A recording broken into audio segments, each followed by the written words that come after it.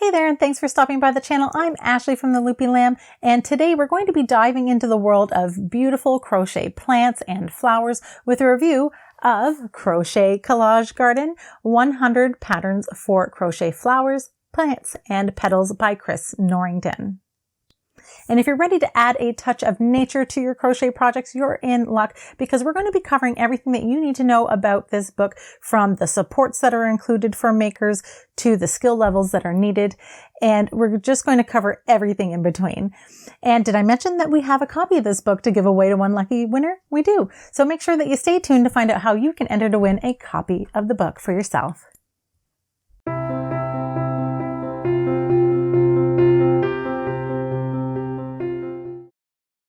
Crochet Collage Garden is divided into 10 different crochet collages, and each collage has 10 different crochet motifs. Now, not all of the flowers and plants that are included in the book are based on real plants. Some of them are imaginary, but they are beautiful nonetheless. Now let's talk about the patterns themselves. The patterns are written in the UK terminology, and there is a UK to US terminology conversion chart included in the book. Now, I did find that the patterns tend to lean more towards an intermediate to advanced level audience, but adventurous beginners could absolutely tackle some of the projects in this book with some patience and trial and error.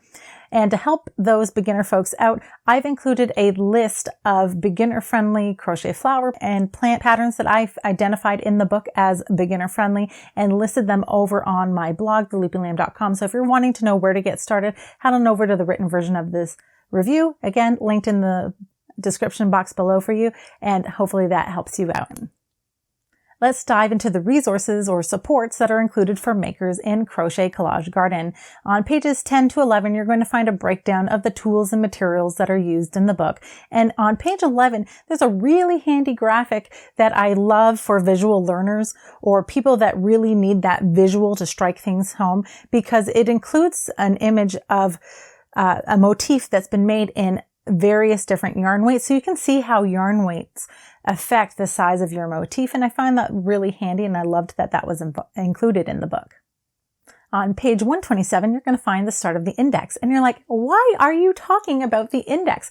And the reason I'm talking about this is because I find in a lot of crochet books, it's not that helpful. But in this book specifically, it is very helpful because you can look up the flowers by the name of the flower, but you have to know what that flower looks like, because say you're making something for grandma and grandma really loves peonies. Okay. I don't know that they're in there.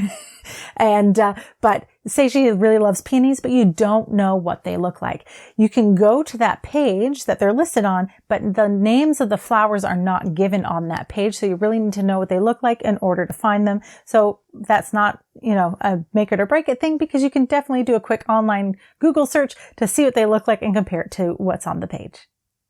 On page 116, you're going to find all of the step-by-step stitch tutorials for the stitches and techniques that are used in the book. Now, I did find some of the illustrations could have been a little clearer and might be a little confusing to some, but don't worry if you found that. I've got you covered, because I've got some tutorials for those techniques over on my blog, and I've linked to those in the review. So if you did get stuck, I've got some other resources for you.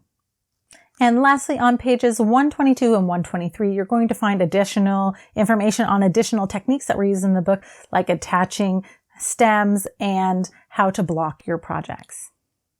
And as I've said, I have a copy of this book to give away to one lucky winner. To enter the giveaway, you're going to have to head on over to the written version of this review, linked in the description box below. And on that page, you're going to find the entry form, as well as the full giveaway rules and details.